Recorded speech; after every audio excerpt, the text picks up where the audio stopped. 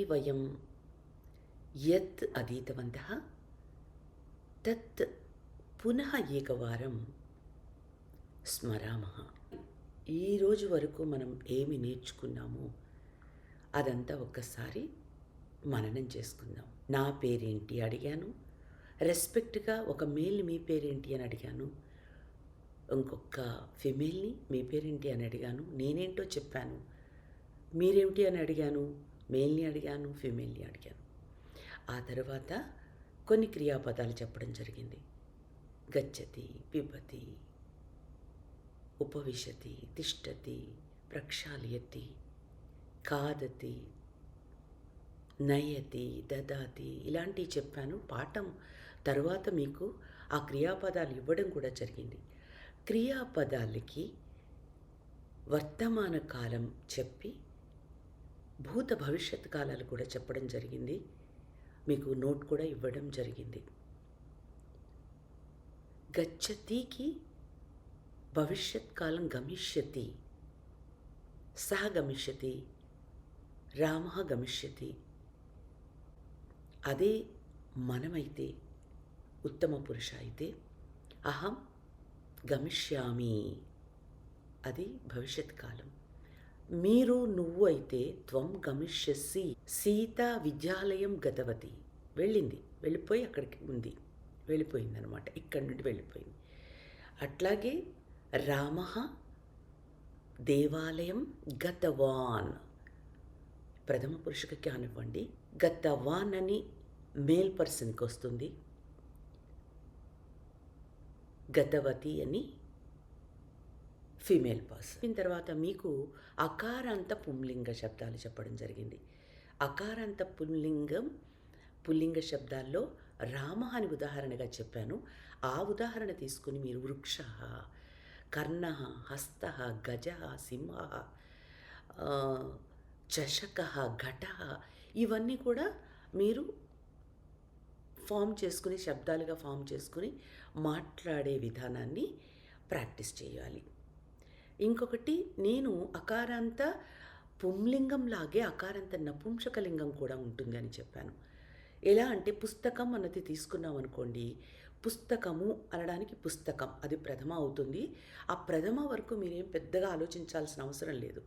పుస్తకాన్ని అనడానికి కూడా పుస్తకమే. కానీ మనము ఈ పేర్లు కానీ సర్వనామాలు కానీ రామః అన్నాము, రాముడు అన్నాము, రాముణ్ణి అంటానికి రామం అనాలి అన్నమాట. అదేవిధంగా మిగిలినవన్నీ కూడా ఈ పుంలింగంలో ఎలా ఉన్నాయో నపుంసకలింగంలో కూడా అలాగే ఉంటాయి. ఇప్పుడు తత్, ఏతత్తు కూడా సహలాగే, సహ ఏషః అలాగే. ఇప్పుడు సహ రామః అన్నాం, అతడు రాముడు అన్నాము, సహ ఘటః అన్నాము, అది కుండ అని చెప్పాము. ఏషః రామః, ఇతడు రాముడు అని చెప్పి వాటి శబ్దాలకి కూడా ఏ విధంగా అయితే సహలో వస్తుందో, సహ అతడు, తం అతన్ని, తేన అతని చేత, నపుంసకలింగంలో కూడా ఏతేన ఇతని చేత, ఏతేన ఇతని చేత, అట్లాగే ఏష కూడా ఏతేన ఉపయోగిస్తున్నాం. సహాకి, ఏషహాకి, తత్కి, ఏతత్కి ఒకేలా ఉంటుంది. నేను ఇవ్వడం కూడా జరిగింది. మీరేం చేస్తారంటే సహ ఏషః అన్నది తీసుకుని దాన్ని మీరు ఏతత్ తత్కి మీరు రాయండి. రాముణ్ణి అంటానికి రామం కదా. అహం రామం పశ్యామి, నేను రాముణ్ణి చూస్తున్నాను, రాముణ్ణి చూస్తున్నాను. రాముడితో, రాముడు చేత, ఏతత్ రామేణ లిఖితం, రాముడు చేత వ్రాయబడింది, లిఖితం వ్రాయబడింది. అట్లాగే ఏషః కూడా ఇతడు అంటానికి ఏషః అని కదా, అప్పటికి ద్వితీయకు వస్తే ఏమవుతుంది, ఏతం అవుతుంది. ఇతన్ని, ఏతం అంటే ఇతనిని సహ పశ్యతి, ఇతనిని అతడు చూస్తున్నాడు, ఇతనిని సహ పశ్యతి, అతడు చూస్తున్నాడు. మా ద్వితీయ, తృతీయ, చతుర్థి, పంచమి, షష్ఠి, సప్తమి చూసినట్టయితే రామః కూడా అదేవిధంగా రాముడు, రామః రాముడు అని చెప్పాం కదా. రాముణ్ణి అంటానికి రాముణ్ణి అంటానికి ఏదో ఒక మనం వాక్యం ఫామ్ చేద్దామా? అహం, నేను రాముణ్ణి చూశాను. అహం రామం పశ్యామి, సహ రామం పశ్యతి, సహ రామం పశ్యతి, అతడు రాముణ్ణి చూస్తున్నాడు. సహ రామం పశ్యతి, త్వం రామం పశ్యసి, నువ్వు రాముణ్ణి చూస్తున్నావు. రామేణ, రాముడి చేత, ఏతత్ రామేణ లిఖితం, రాముడి చేత లిఖింపబడింది అంటే వ్రాయబడింది. రామేణకి తో చేత అని రెండు వస్తాయి కదా. సా రామేణ సహ గచ్చతి, రాముడితో వెళుతుంది, రాముడి చేత లిఖించబడింది అని రాశాము. ఇక్కడ రాముడితో వెళ్తుంది. రామేణ సహ సా గచ్చతి అని కూడా చెప్పొచ్చు. సా రామేణ సహ గచ్చతి, ఓకే. అహం చెప్పాలంటే అహం రామేణ సహ గచ్చామి.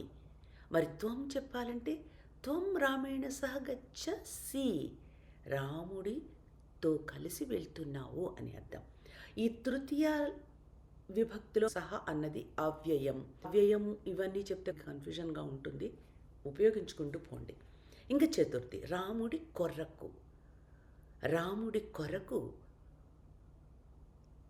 సహ రామాయ ఫలం దత్తవాన్, అతడు రాముడి కొరకు పండు ఇచ్చాడు. దత్తవాన్ భూతకాలం. సా రామాయ నిరీక్షణం కరోతి, ఆవిడ రాముడి కొరకు నిరీక్షణం చేస్తుంది.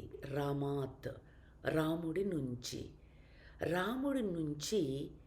భయం నాస్తి, రామాత్ భయం నాస్తి. తర్వాత రామస్య, రాముడి యొక్క రామస్య, తత్ రామస్య ధనుః, అది రాముడి యొక్క విల్లు. రామే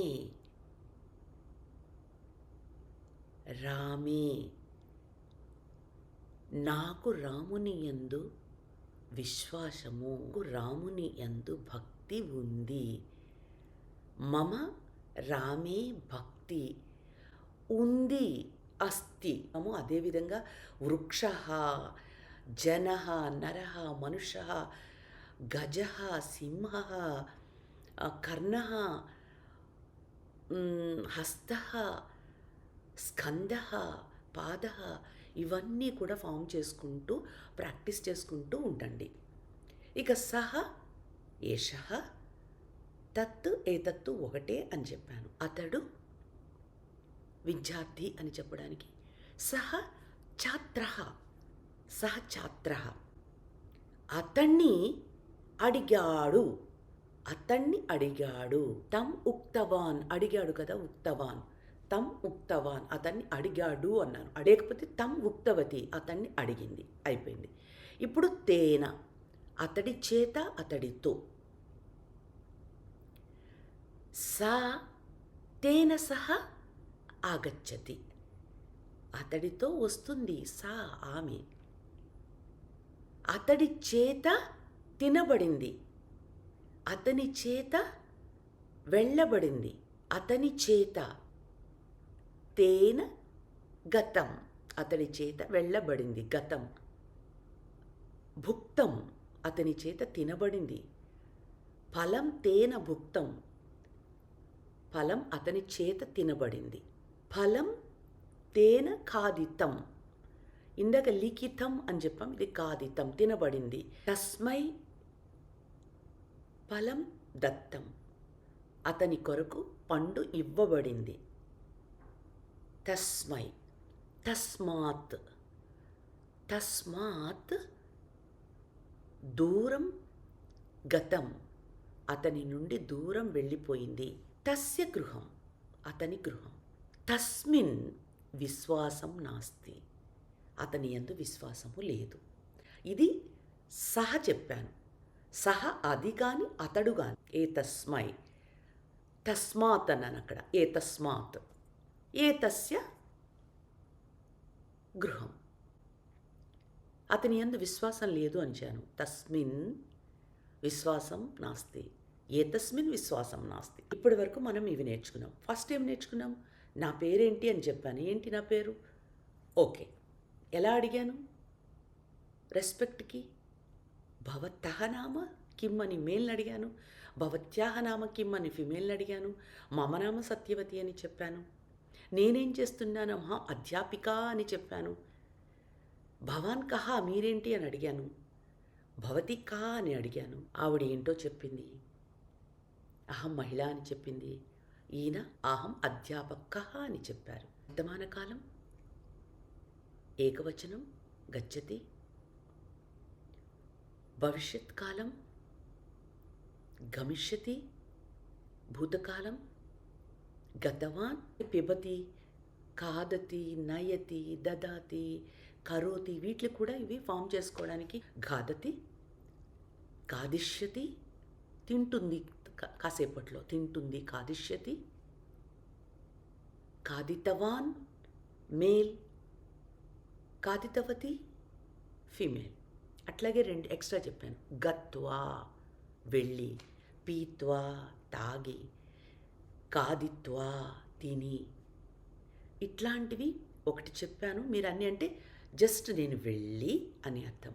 అట్లాగే గంతుం వెళ్ళడానికి, అహం అధునా ఖాదితుం తినడానికి, అహం ఖాదితుం ఉపవిశామి నేను తినడానికి కూర్చున్నాను. గత్వా వెళ్ళి, గంతుం వెళ్ళడానికి. ఇక మనం కహ చెప్పుకోలేదు. కహ సహ కహ అంటే అతడు ఎవడు. మరి అతన్ని చూశాను. ఎవరిని చూశావు? అతన్ని చూశాము అంటానికి మనము తం పశ్య లేకపోతే తం పశ్యతి, తం పశ్యామి అని చెప్పుకున్నాం మనం. ఇక్కడ కం పశ్యతి ఎవరిని చూస్తున్నాడు? ఎవరు వెళ్తున్నారు? ఎవరిని చూస్తున్నావు? కం పశ్యసి, కేన గచ్చతి ఎవరితో వెళ్తున్నావు? కస్మై దదాతి ఎవరికిస్తున్నావు? కస్మాత్ ఆగచ్చతి ఎవరి నుండి వస్తున్నావు? దేని నుండి వస్తున్నావు కూడా అర్థం ఉంది. కస్మాత్. కస్య గృహం ఎవరి యొక్క గృహం? కస్య ధనం ఎవరి ధనం? యథా తథా ఎప్పుడైతే అప్పుడు, యత్ర తత్ర ఎక్కడైతే అక్కడ, ఎప్పుడైతే అప్పుడు. యదా అహం పాఠం పాఠయామి తథా త్వం శృణోసి అప్పుడు నువ్వు వింటున్నావు. యత్ర తత్ర యది తర్హి, యది సహ దేవాలయం గచ్చతి తర్హి సా ఆగచ్చతి. యది అహం ఫలం న ఖాదామి తర్హి మాతా కుప్యతి. నేను పండు తిన్నట్లయితే అమ్మ కోప్పడుతుంది, తిననట్లయితే. యది త్వం ప్రతిదినం పాఠం శృణోసి తర్హి త్వం సంస్కృతం వక్తుం శక్నోషి. నువ్వు విన్నట్లయితే రోజు సంస్కృతం మాట్లాడగలుగుతావు. శక్నోసి. రేపటి నుండి స్త్రీలింగ శబ్దాల్ని మనం మాట్లాడుకుందాం. 12ని ఏమంటారు? 16 ఏమంటారు? 20ని ఏమంటారు? 29 ఏమంటారు? నేను సంఖ్యలు చెప్తున్నా. 29, 19, 5, 11:45, 3:30, 3:55,